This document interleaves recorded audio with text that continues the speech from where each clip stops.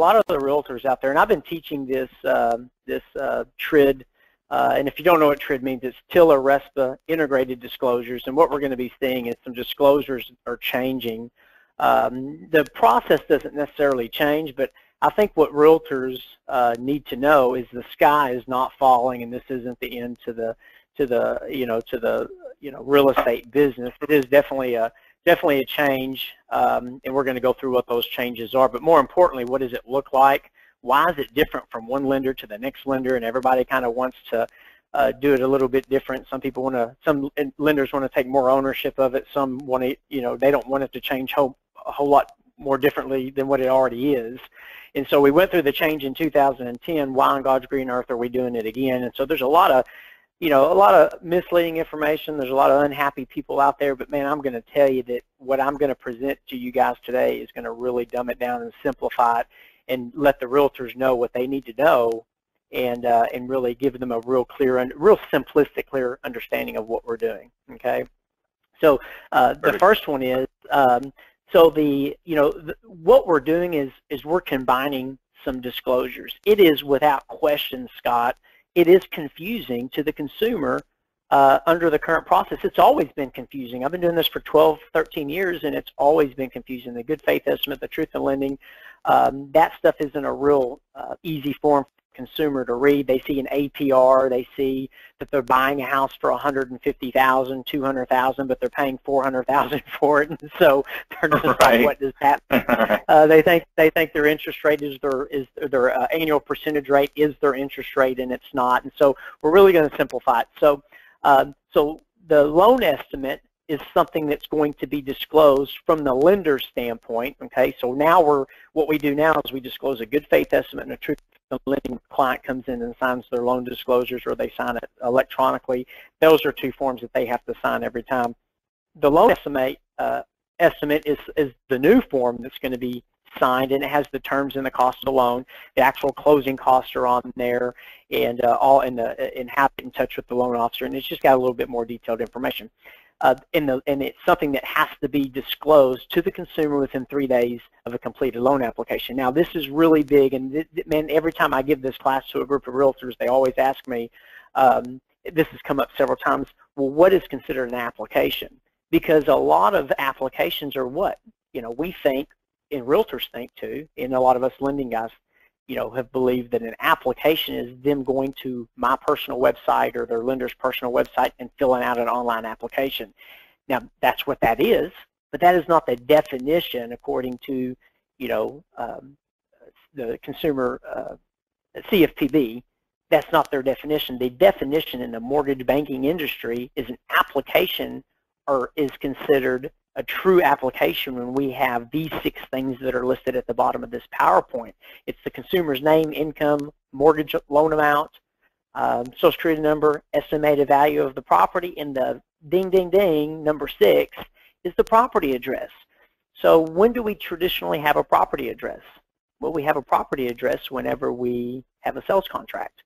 So a sales contract a lot of time is going to trigger a full and complete and legitimate loan application, and at that point is when the loan estimate has to be disclosed within 3 days. Make sense? Got it. It does make sense. And there's a word that somebody come up with, and I don't know who shared this with me. I think it was, but it's alien. And another word for alien would be, I believe it kind of goes over these 6 things. So we'll cover that later. But alien has to do with the 6 things or 5 things. I don't know how many. I can't count letters, but how many letters are in that word? It constitutes what you're talking about here, the actual application. So this is kind of important when we talk about getting approved for a loan. Like what actually takes place in an application and what it actually triggers TRID is what you're saying here. Is that kind of what you're saying? Like TRID really doesn't take effect until you have these 6 things.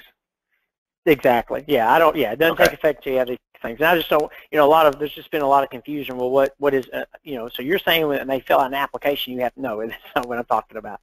Loan applications have 6 things. Yeah, absolutely. Okay. Go ahead and go to the next form, the closing disclosure. Okay. So the form, the closing disclosure, this form is basically going to combine and replace the HUD that we see now. So when we go to the closing table, we see the HUD 1 and then the final truth in lending disclosure, okay? And the closing disclosure must contain the actual terms and costs of the transaction. And I'm telling you, man, if you haven't seen one of these and they're at the end of the PowerPoint, I would definitely recommend going to Google and just Googling closing disclosure and get a copy of this and just look at it. You can also go to the CFPB website and get an example of one. That's where I believe I've got mine.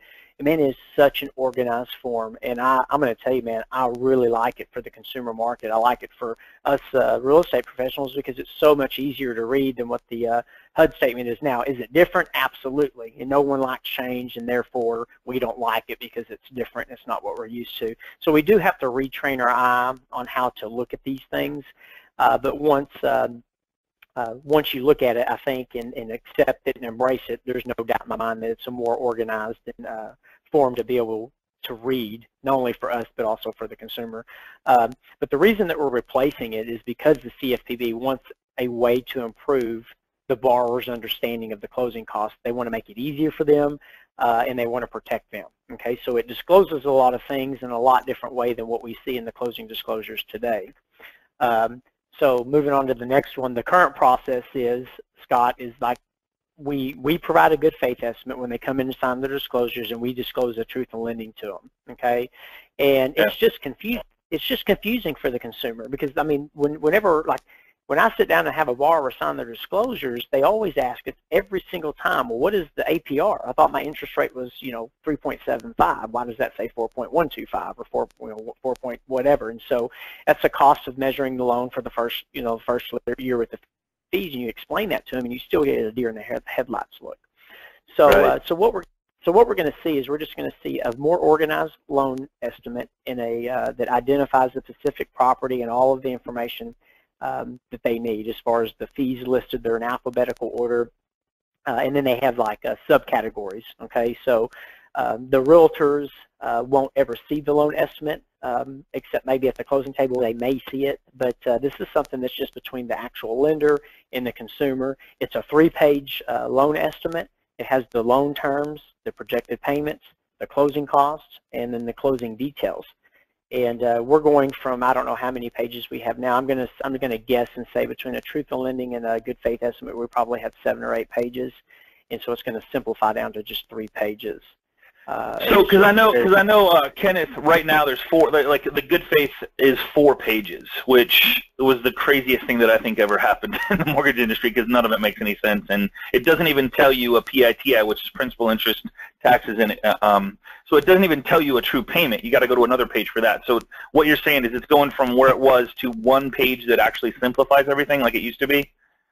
Well, it's going to be 3 pages total. The loan estimate would be 3 pages, but the information, but it's going to have all the main information on one of those 3 pages to make it really easy. I can tell you the last page of the loan estimate now, it has like a comparison section of that says in 5 years this is how much you've paid and this is how much of it went to principal. It's going to have the annual percentage rate. Out next to it, it says something along the lines that your cost over the loan is expressed in the rate.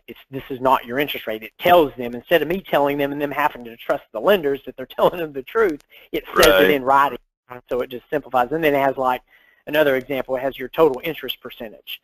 Well, when you buy a house, if you've ever looked at a truth in lending disclosure, it says like you financed $150,000 and then you're paying $299,000 after the interest. Well, it doesn't really tell you what percentage of interest you're paying. So now it's going to say, well, now your interest that you're paying on that property is 49%.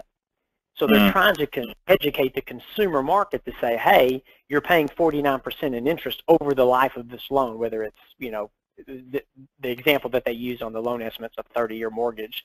But man, think about that. If a consumer knows they're paying 49, and we're going to see them as high as 69, 70% in interest, think that the consumers are going to be like, golly, man, I'm paying a lot in interest. Maybe I should consider paying this down a little bit faster. And so they put together better.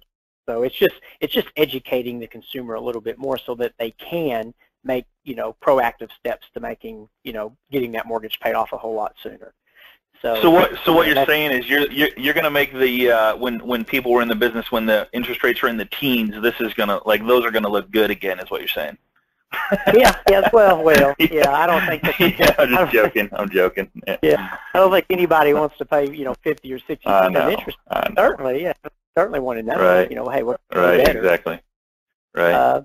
But moving on, so the current process, like I just mentioned, is the good faith estimate, the TIL, and basically we're just going to see the loan estimates disclosed, and then we're going to see this closing disclosures closed. And this is the thing.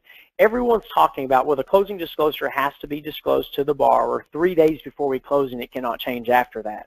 And I think what I hear a lot in the market from a lot of the realtors that I deal with is like, well, what do you get like in today's lending environment? Like if something changes, I've heard some comments. Well, what are you going to do when October 1st rolls around? We're not going to be able to this isn't going to be possible. And there's just a lot of confusion out there. That's not necessarily the case. I can tell you right now that when we issue a good faith estimate and a truthful lending disclosure the very first time when the borrower comes in, I know I'm telling you how my office does it, and I'd venture to say most of the lenders are doing it this way. We lock the loan, we disclose to them, and then we go to the closing, and then we just send it to processing. Nothing's changing as long as you have all of your fees and everything in there accurately, and it doesn't surpass the 10% tolerance. Nothing's changing anyway. So this closing disclosure being disclosed 3 days before closing, it doesn't necessarily have to be disclosed 3 days before. And so everybody's like looking at calendars saying, okay, so we need that closing disclosure disclosed this day so we can close according to the contract closing date. We're going to be sending out that closing disclosure. You can send that closing disclosure 2 weeks before you even are supposed to close according to the contract, right? Okay. It doesn't matter when it's so long let's break that down into So let's break that down into layman's terms. So like if I say I take an application, like say I come to your office today and say, hey, Kenneth, I want to buy this house. Here's my contract. Here's the sale price, whatever, blah, blah, blah. And you could literally give me those costs right now, and then I'm good to go as long as that doesn't change within a given tolerance at the end of the transition 30 days later. That's correct. Yep. That's exactly right. So I can satisfy CFPB today for a 30-day down the road closing, is what you're saying? Yes. Now, if you ask CFPB, they'll tell you. Yeah, but right. The problem. Right. Yeah, exactly. What CFPB is promoting is, well, we should be able to close loans in 60 days or 90 days. Pardon me, 90 days. And I'm telling you, when they say stuff like that, and I'm not beating up on the CFPB, their timeline of when a closing should be done is 90 days. I'm telling you right now, that's not going to work for our industry. That's going to shut down the real estate market entirely shut it down, for everyone, regardless of where you're at. And so we just don't see that happening. But that's realistic turn times from CFPB's perspective. We believe that we can still close loans inside 30 days the majority of the time. Now, with that said, Scott, I'm not saying that the lenders aren't going to have, for the first 30 days as this thing rolls out after October 1, that we're not going to have challenges and a little bit of processes that we've got to tweak some things here and there. I know a lot of companies are going ahead and rolling this out September 1st to go ahead and kind of get the things down and kind of, do some tests within their organization. And we're going to go into a little bit more detail of how this looks from a title company's perspective and what this is going to look like at the end. But I just like to make the point every single time that the closing disclosure isn't any different. It's a different disclosure, but how that stuff is presented to the consumer, so long as the information doesn't change after this closing disclosure has been issued, we shouldn't see any problems. I just think that a lot of people are under the impression that we have to issue that closing disclosure 3 days before the actual closing date, and if we don't, then our closings are going to be delayed. Not going to happen. Think that's the case. No, I feel like that we're going to be able to issue those closing disclosures a week and a half to 2 weeks before we're supposed to close, and at that point, as long as your lenders are doing all of their due diligence and getting all of the information prior to issuing that final closing disclosure, nothing's going to change. It's not going to change. Yeah, so what it sounds like is they're changing the terms, like they're not the terms. They're changing the what we call it. So it's going from a good faith to a LE, lending estimate or loan estimate or whatever. They're going from a 4-page to a 3-page. The 3-day deal really isn't like, and I think everybody makes it out to be like, okay, this has to be disclosed 3 days before closing or it can't, like, then we have all these problems. But what you're saying is the actual start of the loan. I'm just trying to clarify this for everybody. So I guess what you're saying is nothing's really changing except for the terminology and some disclosures that have to be 3 days before. Could be 15 days before, 20 days before, 30 days before, it doesn't matter. As long as they get to the consumer 3 days before closing or sooner, nothing really is changing, is what you're saying. That's correct. So long as your lender is doing all the due diligence and getting all the information that they need in a timely manner, and the realtors have to participate in this, the title companies have to participate in this, but what's important to know is that the CFPB has left, and this is Wells Fargo's deal. Wells Fargo has money and lobbyists to kind of bend the law to their favor, and so Wells Fargo is really ramrodding this change and wanting to take over this part of the industry, I guess. And so they were kind of the big advocate for it. We need to be able to do this and all of that. I can tell you right now, every lender that I've spoken with, I haven't had one person tell me, oh yeah, we're excited about this, because we're not. Right. Wells Fargo, right. They originate less than 30% of the originations nationwide. It's the mortgage bankers and the mortgage brokers that are originating 80%, 70, 80% of the originations. Wells Fargo is just an example of a big servicer who has a lot of money, who has a lot of power. And so we see this happening in the industry, and we don't want it either. We don't want to have to be responsible for the seller's information and making sure that the title company fees are on there and all of that stuff. So there's been a lot of talk about the details of what that looks like, and we're going to go over that in just a minute. Okay, we're going to get there, but I just want to make it. I just want everyone to know, hey, we're not excited about it. We don't want all this extra responsibility, and we have privacy issues. I mean, there's a big conversation going on right now about privacy. How are the realtors going to get the information that they need to do their part? And I'll give you an example. Like the state of Texas is actually, TAR has come up with a form called, it's like an authorization form to release TILA and RESPA integrated disclosures. And what it is it gives it says something along the lines, and I don't have it in front of me, it says the borrower or the seller or buyer have entered into an exclusive agreement with the broker, and it'll like list all the brokers and the realtors' information. It just basically says, I hereby authorize you to disclose and furnish a copy of any of the loan estimates, the closing disclosures, settlement statements, anything in relation to your closing or involving the property that I need to do my job. And so that's an agreement between the real estate agent and the borrower and or the seller. And then most lenders you're going to see come up with their own form too, kind of as a CYA for them.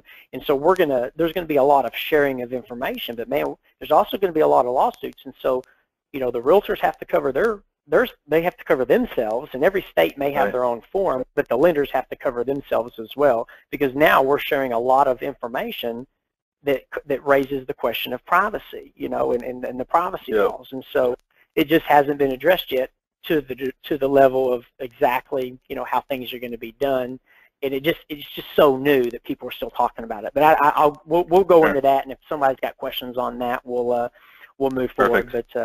But anyway, and so Kenneth, the question is like, when's it starting? And I supposedly right now it's October 3rd, but October 3rd is a Saturday. I think what you're going to see is a lot of lenders are putting this into place as we speak.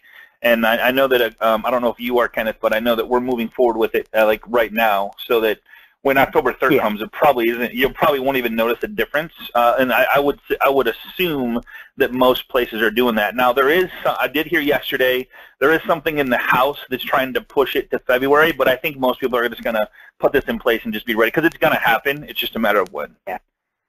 Yeah, it's better just to go ahead and let's get it done.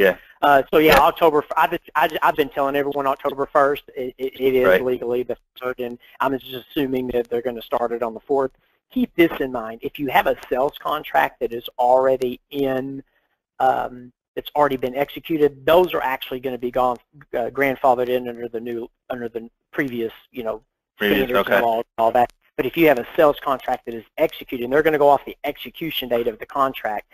If the contract was executed after October 3rd, then obviously it's going to go under the new disclosures and all of that moving forward. So just FYI for everyone.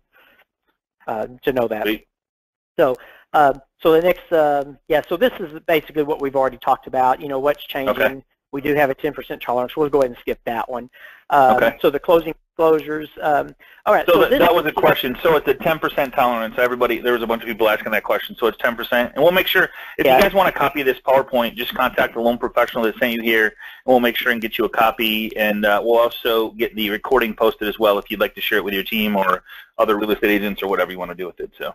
Right, and there are fees, and I would encourage you to get with your lender, but there is a list of fees that are allowed to change, okay? That aren't part of the fees that can't exceed that 10% charge. But keep something else in mind too. The APR cannot change more than 8%. Okay. An 8. Now, okay. Yeah, 8%. So the current rule is that if it goes up or down, even if it benefits the borrower, right, and it goes down at 8%, then we have to reissue a good faith estimate until. It's a silly law. It doesn't even make sense. I'm benefiting my borrower, but I have to redisclose and then wait 3 days to close. Because a lot of people, guys, we have to redisclose the truth of lending in the good faith estimate today, and we have to do it 3 days prior to closing. It's nothing different than what we're going to be doing. Okay, got it. Yeah, it doesn't make sense. So just a different form, and so the new rule, if it goes down at 8%, we don't have to redisclose, which that was a big argument with CFPB, or a debate. It wasn't an argument, it was more of a debate on whether they should keep that or do away with it, and they agreed that since it was benefiting the borrower and it goes down, we don't have to redisclose. So that's actually pretty good, because man, I'm going to tell you, that happens more times to none in our business, because rates may shift. If someone didn't lock a loan and rates drop down, and you disclose them a higher rate, and you're able to give them an 8% or a 1/4% lower on the interest rate, then obviously, but you don't want to affect the closing. I know for a fact that that's happened where the consumer didn't get the lower rate just because they didn't want the delayed closing. So that's true. Okay. Yeah, that's a good point. Yeah. So moving forward, the old closing disclosure. So the current process is we have the title company is responsible, or the settlement agent is responsible for preparing the final HUD. Okay, this is the current process. The final HUD contains all the borrower and seller details, and then the borrower may request the HUD 1 day before closing, and that's all today. What's changing is that the lender is responsible, okay, for the closing disclosure, okay, including any and all revisions. Now, I can tell you right now that we do not want to be part of solely 100% responsible for that closing disclosure. Now, there are lenders out there such as Wells Fargo, and I'm not beating up on Wells Fargo, Scott, or talking ugly about them. They have a different way. They want 100% control over what they do, okay? And the majority of the market out there, from the people that I've spoken to, that's not the case for them. So so what we envision is this, okay? There's 5 or 6 third-party softwares that are out there, okay? And we're talking different companies, even some of them one of them's owned by Wells Fargo. Think about that for a minute. You with me? Yep. Okay. Yep. These third-party companies are out there, and Wells Fargo and somebody else, I think, jointly own like one of the biggest ones. And so these third-party softwares is this. You have the lender who has the software, and then you have the title company using the same software. And the title companies may be set up with all 5, 6, 7 softwares that are available, and this is how we envision it, okay? I have a username and password as a lender. The title company has a username and password, and we have to be able to trade information without having to use email or phone. Does that make sense? Because if we're sitting there emailing and using phone, and me as the lender trying to gather all this information, I need the seller's payoff. Well, I don't want to mess with that. Why don't we just traditionally let the title company handle that? And keep in mind, this is lender discretion, and it's going to be different from one lender to the next lender to the next lender. And that's why it's important to find you a local lender. Find a local lender that you like, know, and trust. Get with them now. Have a meeting with them, and figure out coffee, lunch, something, and figure out how they're doing it, so you can set yourself up and understand from a realtor's perspective, what do I need to do to have a successful transaction. But this is what we're going to see. This is what we envision. We want the title company to plug in their fees. I don't know what the title company fees are, and I don't want to have any, as a lender, I don't want to have anything to do with their fees, nor be responsible for them. So there are certain sections of this closing disclosure that the lenders will decide what they will do versus what they're going to allow the title company to do. Now, instead of us talking by phone and email, why don't we each have a username and password to access this account, and I'll use my traditional software to process the loan like we traditionally will, and it syncs with that software, and then the title company syncs it up with their information, and they can go get the payoffs, and they can get with the realtor to get the the home warranty information or whatever it is that we need, and we get that in there just as quickly as we can. We can't wait 2 or 3 days before closing. We have to do this information the first 2 weeks of the transaction so we can issue that closing disclosure and get it done. Does that make sense to you, how I just explained that?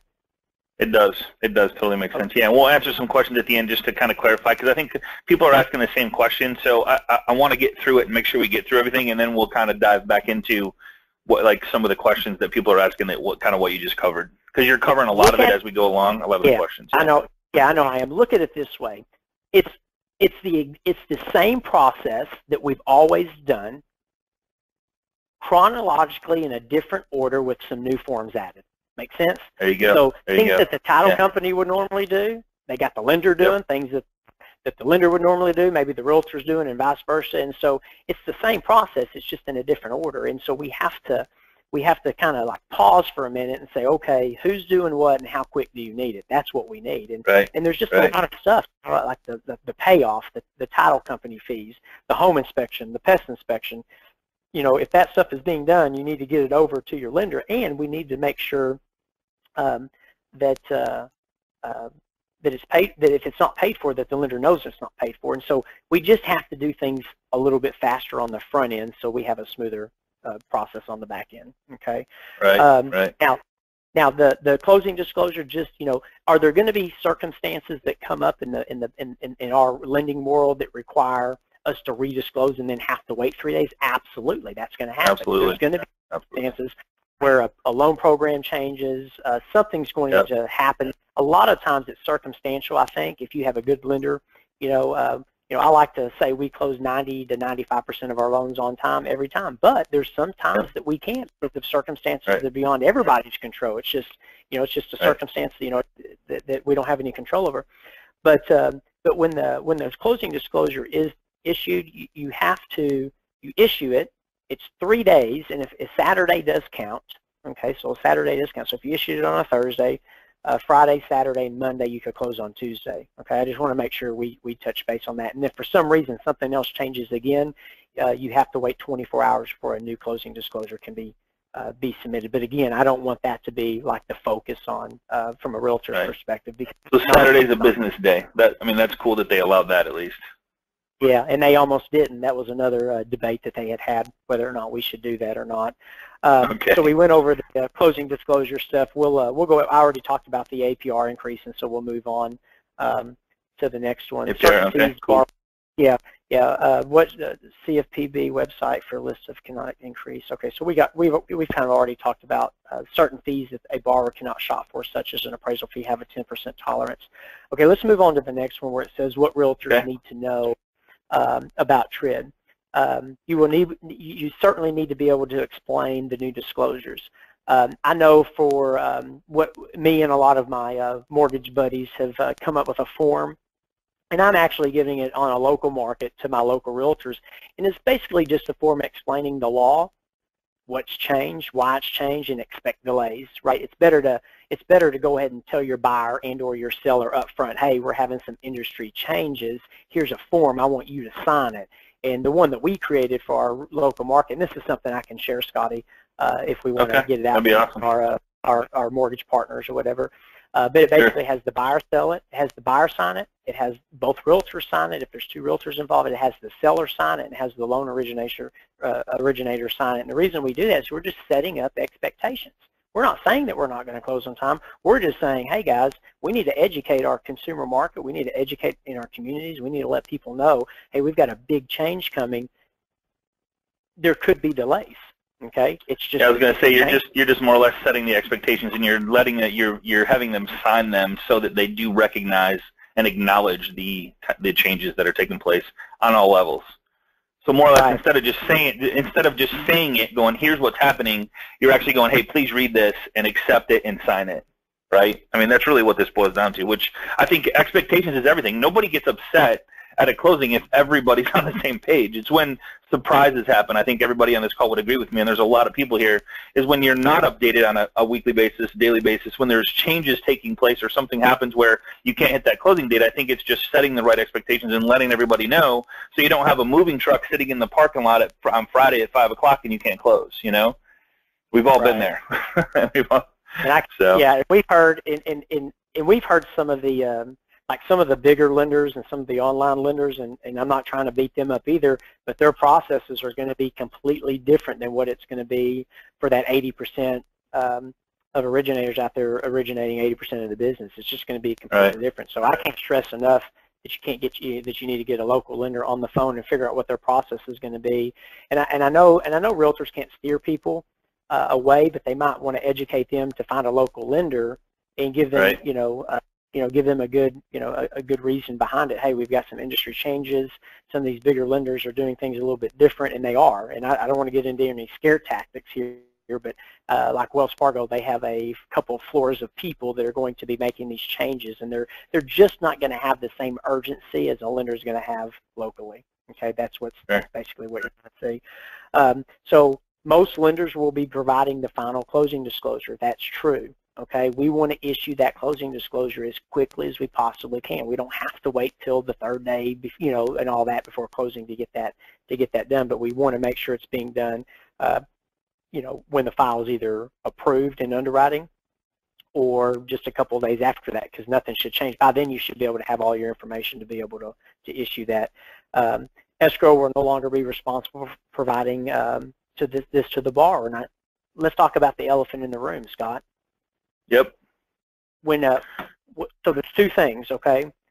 The sales contract has a closing date on it, and that closing date says it's on or before this day. Now that agreement is between the buyer and the seller, right? So that's the contract that we're looking to close. The first thing I want to say is after October 3rd, it would probably be beneficial for all agents to write contracts for 45 days just to be on the safe side, okay? Write your contracts for 45 days, at least for the first couple of months until you feel comfortable. It doesn't mean that you can't close sooner. It just means that you're setting up expectations. The second thing I want them to understand is that contract date is between the buyer and the seller. That the lender's not responsible to close by that closing date, although your lender wants to, but that's the agreement. And with these changes in place, we just need to be communicating with these lenders, letting them know, or the lenders need to be communicating with the realtor as well, that if we're not going to be able to make that closing date, let's not make it a day before. Let's not tell everybody 2 or 3 days before. Let's tell them a week and a half in advance, 2 weeks, so we can set up proper expectations to push this back for whatever reason. The other point I was wanting to make is the elephant in the room. When these contracts are written, a lot of times we've seen the real estate agents and maybe even the seller, at least in my market, kind of have ownership of where that goes, what title company is being used. Well, that's not really the case anymore. We're going to see a lot of the lenders have more influence over which title company is used. Okay, because they're the ones, the relationship now. Have the relationship and that would make more sense. Because otherwise it could get bumpy at the end when you got two title companies, a split closing, buyer side, seller side. That could get crazy. Mm-hmm. I 100% agree there. Let me give you an example. If I get a contract with a closing company that I'm not really set up to do business with yet, and there's 2 or 3 of them out there that I'm not set up to do business with, I've got a title company. If the contract's written for another title company, my relationship is still with this title company because we have a system and we have a process in order to get our loans closed in a very efficient and timely manner. Make sense? That I'm going to send that contract to them and let them order the title work on my behalf. Make sense? To that other title company. Absolutely. So that's like another little loophole that we're going to see. But I just think that a lot of these out-of-the-area lenders aren't going to have the processes set up on the local level to maintain efficiency and on-time closings, at least for the first 60 days. I just don't see it happening. I'm not. Yeah, it's going to be a while. Yeah. So the timing of those closing disclosures is important, and like I said, local people. let me see here what else I'm missing. If there are any changes after the closing disclosure is delivered that do not affect the APR or loan product, there is no additional wait period. The revised CD can be given. Yeah, and that's accurate. Yeah. Here's some questions what you should ask a mortgage advisor like me. Listing agent, has the borrower given their intent to proceed? If not, they have not selected their lender. They have 10 days to express their intent. So the way we do it is when we get a sales contract, we have our borrowers within 24 to 48 hours sign that intent to proceed and basically move forward with the transaction. But that intent to proceed is interpreted a little differently from banks to mortgage companies. So everyone interprets that law a little bit different. But a lot of the banking people that I know here in Texas and the local market is they require that intent to proceed before they even take an application from them, name, social, all that stuff. We don't do that. We do the intent to proceed when they find a house and have a contract on, and we have that done as quickly as possible. The selling agent confirmed that the borrower has expressed their intent to proceed and that we have credit card information. That's something else to order the appraisal. So we get the credit card information as soon as they find a house when they come in and sign their intent to proceed, get the credit card information to go ahead and order that appraisal, because once we get that contract, we're ordering the appraisal within 24 hours, sometimes 48 worst case scenario. Listing agent makes the escrow lender has all of their fees. That's huge, man. The listing agent has to make sure that they've got, and the buyers and the selling agent too, both of them, we have to get with the title companies and the lenders immediately, depending on how their process is. Let me give you an example. Home warranty. Was there a home warranty? Oh, right. There's one contract where we need that home warranty. Yep, 300, 400, 450. I can tell you what we're doing, okay? And this is something you might want to give your lenders this idea. We're actually going to find out what home warranty companies that our realtors like to use, and we're going to put it into our database. And every realtor will have a home warranty company assigned to them, and we're going to order the home warranties on behalf of the realtors. And the way we're going to do it is we just click a box, and it sends the realtor and the home warranty company an email at the same time requesting the home warranty, and so it's executed, like the communication's been done, and then the realtor can hit reply all, and it sends the realtor a text too saying, hey, we just ordered your home warranty for you. And then if there's any changes or anything that needs to be communicated, the realtor can take that text or that email and say, oh, we changed it from 350 to 450, or hey, I'm going to pay the additional amount, or whatever the case is, whatever it is. So that's just an idea that we came up with that we're going to do for our realtor partners. So more or less just assume it. So more or less just assume some of these things and then discount them at the, like take them off at the end if you don't do them. Exactly. Yeah. Just so, because if you go down, there's no new CD is what I'm hearing, right? So if I say home inspection, pest inspection, whatever, and then I go, whoop, we didn't do a home inspection, we didn't do a pest inspection, take those off, that's better for the borrower, which means no new CD. That's correct. Well, yeah. Okay. Well, and most lenders aren't going to disclose it unless it's an actual item that they're going to need. I know most lenders don't put home inspection on the actual, or even the pest inspection. Some do. It's just a preference. I prefer not to put those two things on there. I like to have those paid outside of closing, especially if it's not required. Now, pest inspection is required on a VA loan, but it's not required, and I don't like our underwriters to get to see that information because it could sometimes open up a can of worms, and we just prefer to do it that way. So most lenders aren't going to put anything on a closing disclosure if it's not the reality. That's what the loan estimate's for. The loan estimate is an estimate until I get all the facts, get all my stuff from the title company, get all my information from the realtors on the transaction. Let's get it into the software. Let's issue that closing disclosure as quickly as we can. Here's a great question I want to take right here. Jay, I appreciate you saying this. So if there's a repair to be done or a home warranty being changed, and it does not affect APR loan program, can they be added or changed after the CD has been issued? So the right answer for me is I don't know, but I'm pretty sure that if it doesn't change, I know for sure if it's not an APR fee, then it's okay.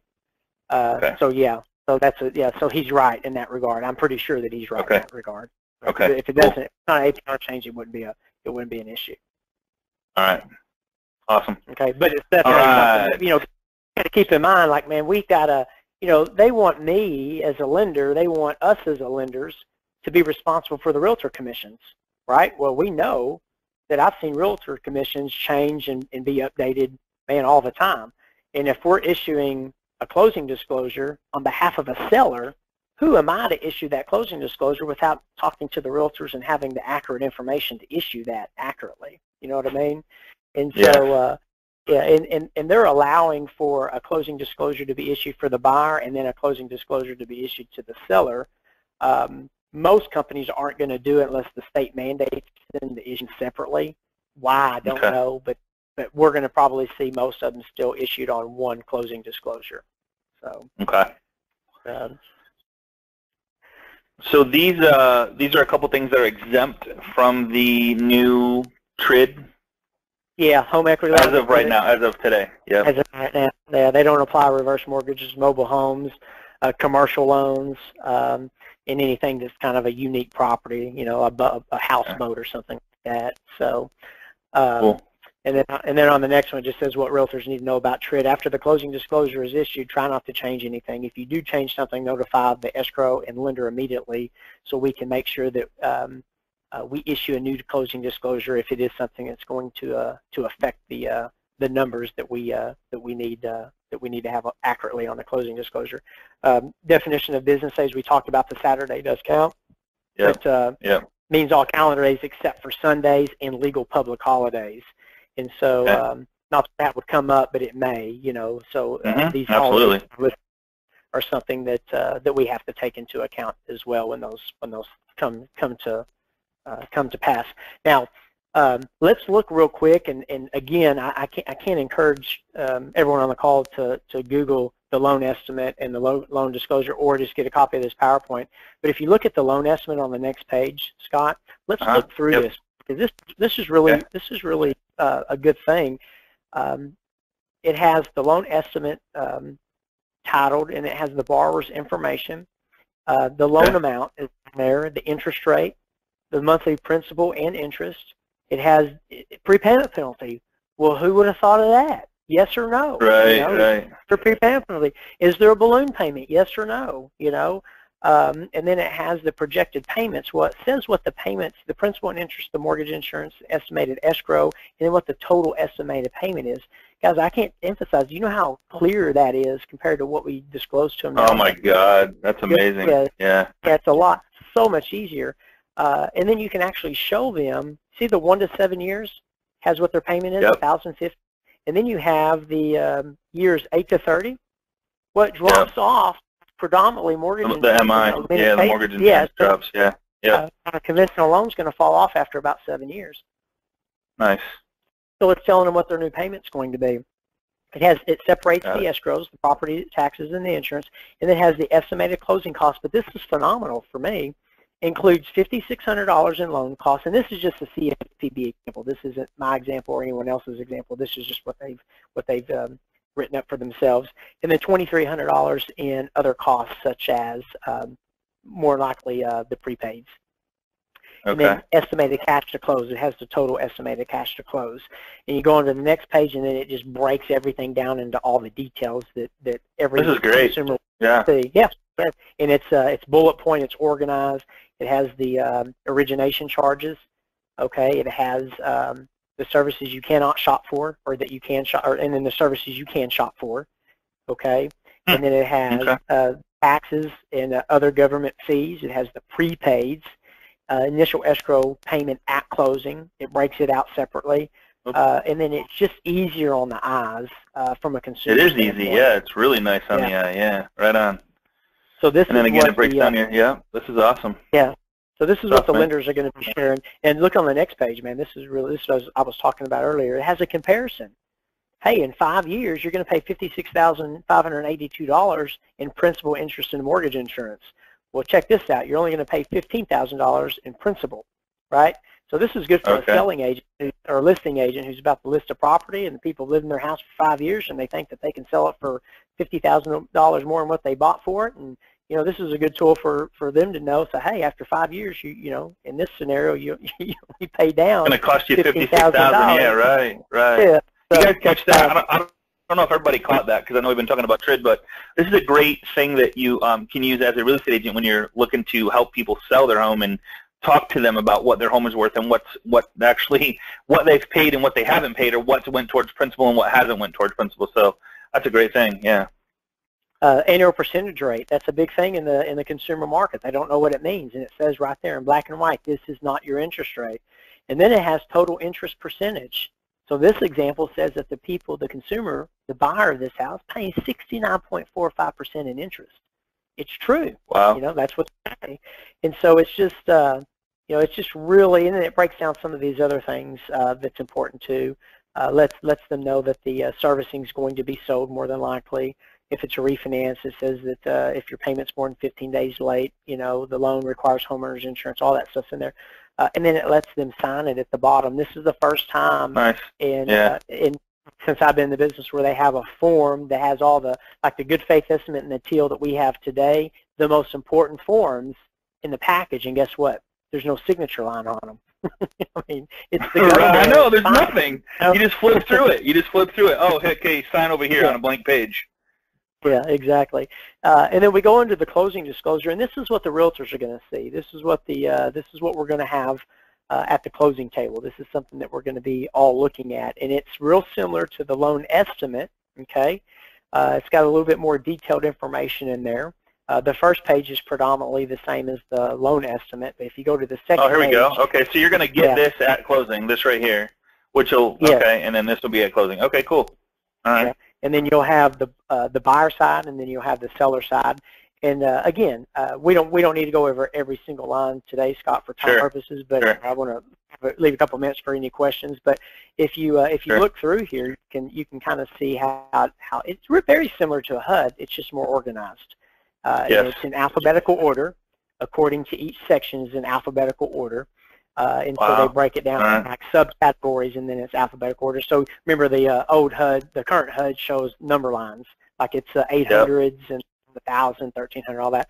All those numbers are gone. We will no longer use those. So it will be A, B, C, E, F, G. Hey, section H under other costs, number 4. Very nice. Yeah. Very nice. So they can change that, and then you just go through here and look at it. I mean, I think it's a pretty much the same, yeah. Yeah, it's a great thing, yeah. It looks good. It's great. It has more detailed information. And then the very last page, I always like to point this out because it's really to me, this is something that we all get to benefit from, regardless of what side of the transaction you're on, is the contact information. Has the lender, the real estate broker, okay, and then the settlement agent on this last page that we all get to keep. As the consumers get to keep it, I get to keep it as the lender, the agents get to keep it, but it has all of that information for us to be able to talk or communicate after the sale. Okay, so a lot of times consumer can go back and pull this form and say, oh, I can't remember who that other realtor was on the transaction, and sometimes they say, heck, I can't remember who my realtor was for that, or my lender for that matter. They can awesome. Come back here and they can pull that information. All on here. And have it. Yeah, so it's just kind of a neat little thing. So, well, shoot, if it was me as an agent, or a lender, I would be sending them this, like, hey, just want to send you just for tax reasons, because like that's a tax thing when you're buying or refining a house or whatever. Then it has the realtor information on there, of course. Now they remember you for sending it. Not only is it on the information, so they have it in front of them again. So great reason to make a phone call as well. Yeah. Awesome, brother. So, dude, this is good. Let's answer some questions here before we get off this call. And let's see. So, is there? Okay. Let's see. How does the? This is a good question. Thanks, Jack. Appreciate you being here. How does the lender estimate insurance? How do they know they will be within 10% of actual? Would we be better off to get actual quote? Great question, Jack. Yeah. Okay. So.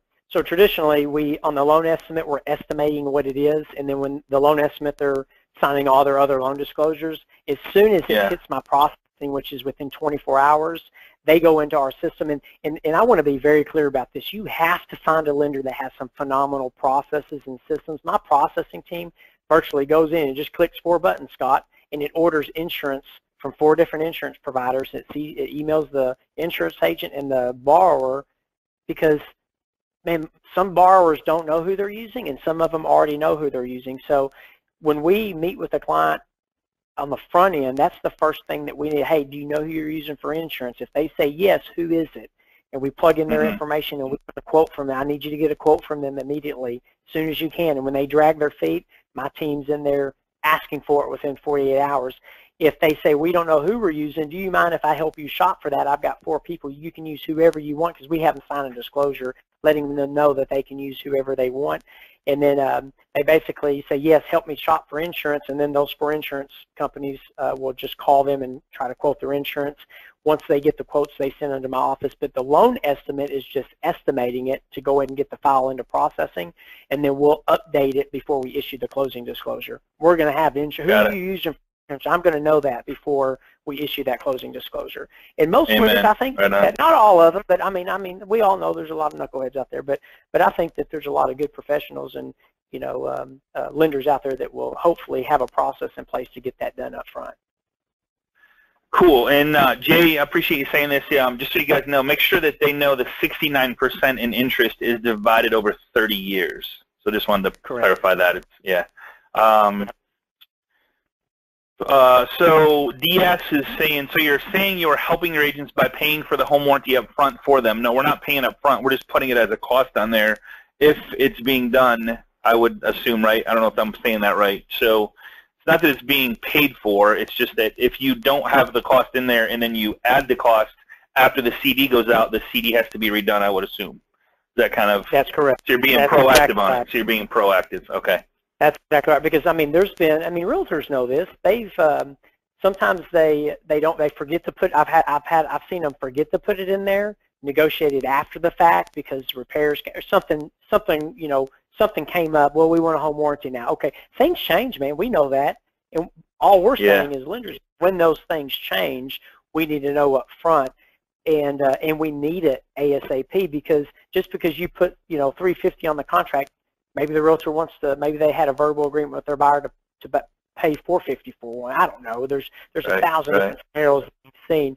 We just want to go ahead and get it ordered. I want the receipt. I want to know exactly, as a lender, I want to know exactly what that invoice is going to be, so we have it ahead of time and we're not waiting till the very end, because that's fine. The way that we've done it, that's the way we do it, man. I've seen order the home warranty the day of closing.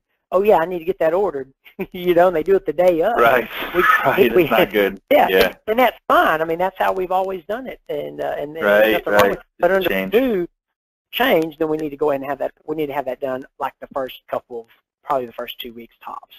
We can ask. Here's a question from J40. Says, is the home warranty an APR fee? Which I believe I don't know how to answer that. I'm pretty sure it's not. I'm 99.9% certain that it's. But I'll have to look at my list. I don't have it in front of me. I should have probably printed it off, but I didn't. But no, I don't believe it is. Hey, Susie, you're more than welcome there, my friend. Appreciate you being here. Hey, Megan, awesome. Thanks for being here. Great lady out of Pennsylvania. She says, we have times that appraisal management companies come back and state an appraisal will be 50 to 100 more than the normal amount listed in the appraisal cost chart. With this being no tolerance, how can lenders deal with this? I've never known an appraiser to come back and charge an extra fee. No, I'm just kidding. I'm lying. Those are horrible. It happens all the time. Hey, I believed you, man. I was like, dang, dude, really? Yeah. Well, whenever an appraisal has been ordered, it's a third-party person, through our AMCs that are ordering those. We're having those paid. We're not having those paid on the settlement statement. Those are things that are being paid outside of closing. Probably 95% of the time, with most mortgage lenders and bankers out there, they're collecting that and it's paid. It's never paid on the HUD anyway. It's always something that's paid outside of closing. So okay. Yeah. So I don't know. Yeah, I don't know that it just doesn't become a tolerance situation for us, because they, a lot of times they'll come back out and they have to do a reinspection. Well, that's another $50 to $150 depending on what they're doing. Yeah. So that's just a moving target sometimes. Another question, Donna. Appreciate you being here. It says, does the buyer and seller not sign this document like they currently do? I think that was. I think it's signed. I think what you're talking about. Whoops. Right here, I think is what you're talking about. They actually, here's the applicant's signature. Or are you talking about the HUD? I'm not sure. But on the HUD, of course, everybody would sign that. Yeah. Which, on the HUD, applicant, co-applicant, and then, we just don't have that part there. But, the buyer and seller are both going to sign that at the end, of course. Yep, for sure.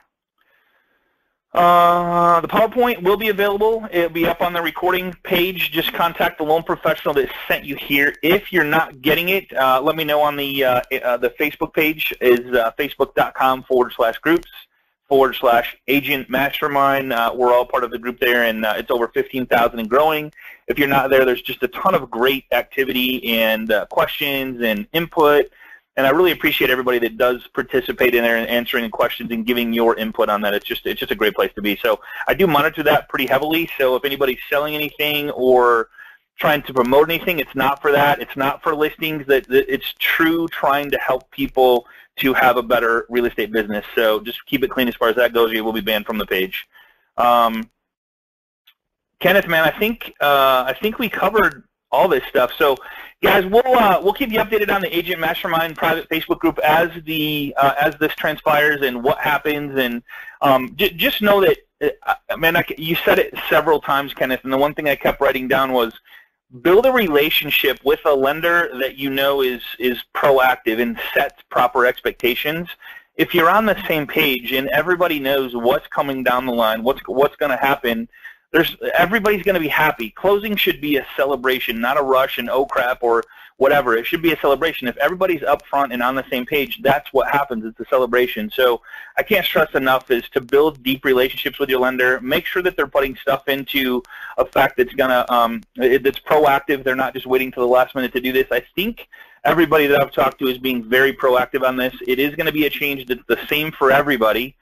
So you're just going to have to work through it and know that it's just going to be a change. It's just, and obviously, I don't know about you guys, but I love change because it does make it difficult for your competition. So I don't know if I maybe said that right or maybe that was a little greedy, but change is good for the industry. And so just be prepared for it, welcome it, and just do stuff proactive to make it a benefit to you. So, Kenneth, any final words, man? No, man, I think you said it all. The sky's not falling, man. I can't emphasize that enough.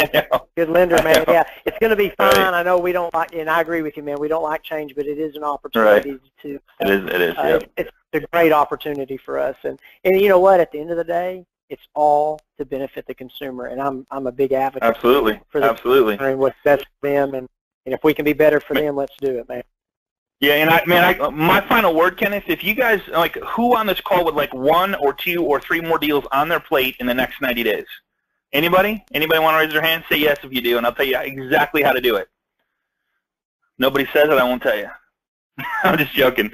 So, guys, get a copy of your database and call them and tell them what's coming down. Say, hey, I just want to let you know that this is what is happening. Put it in a layman's format and just say, hey, I just want to call and update you. There's some changes going on in the industry. If you're thinking about buying, I've had some training on it. I know what's going down. If you know any friends, family, coworkers that are thinking about buying or selling, get with me because I want them to know. I don't want them to get stuck in what's happening in October and whenever it happens. It's a great way to reconnect. It's a great way to introduce yourself back into your past database life. And I'm telling you, if you ask for the business, and you say, who do you know that's thinking about buying or selling, you will have leads coming in your door because NRA, National Association of Realtors, says 86% of the people that know, like, and trust you would refer you only if they remembered you. The problem is they don't remember you. So this is a great industry thing going on where you can pick up the phone. Don't be scared of it. Call them. If they hang up on you, so what? Nothing bad happens. Pick up the phone and call the rest. And ask for the business. I'm telling you, you will have 1, 2, 3. I mean, depending on how big your database is, we're seeing 1 to 3 per 100 in our database of referrals from people in the database. So it's a great way, great situation, great conversation piece, just to let people know, hey, the industry's changing for the better, for them to help protect them and walk through it with them. And they would welcome that phone call and be more than happy to refer their friends, family, and coworkers. So did that come across okay, Kenneth? Yeah, that was awesome, man. All right, brother. So you're awesome, Scott. I appreciate you, man. I appreciate you, brother. I appreciate you taking the time and learning this stuff because I had no clue. I keep hearing it, but it was just not what I do, man. And that's you're the expert, and I appreciate you diving into this. I know you're doing some CE classes on this down the road, and so if you're anywhere in the Longview area, Texas, get a hold of Kenneth Travis. He does CE classes and wealth of knowledge, and not only a wealth of knowledge, but he has a ton of fun. He'll have you guys up dancing and singing and. You don't know who he's going to come in as. He dresses up. So he's just a good dude, man. So I appreciate what you do for our industry, and I appreciate the fun you bring into my life and everybody that you're around. It's just an honor having you as a friend, man. So I appreciate you taking time out to do this today. Thank you, buddy. Likewise. Thanks, man. Take care, everybody. I'll see you guys same time, same place, right here on Agent Mastermind. Appreciate you guys. Honored to be a part of your life, and we'll see you on the web. Take care, everybody. Bye-bye.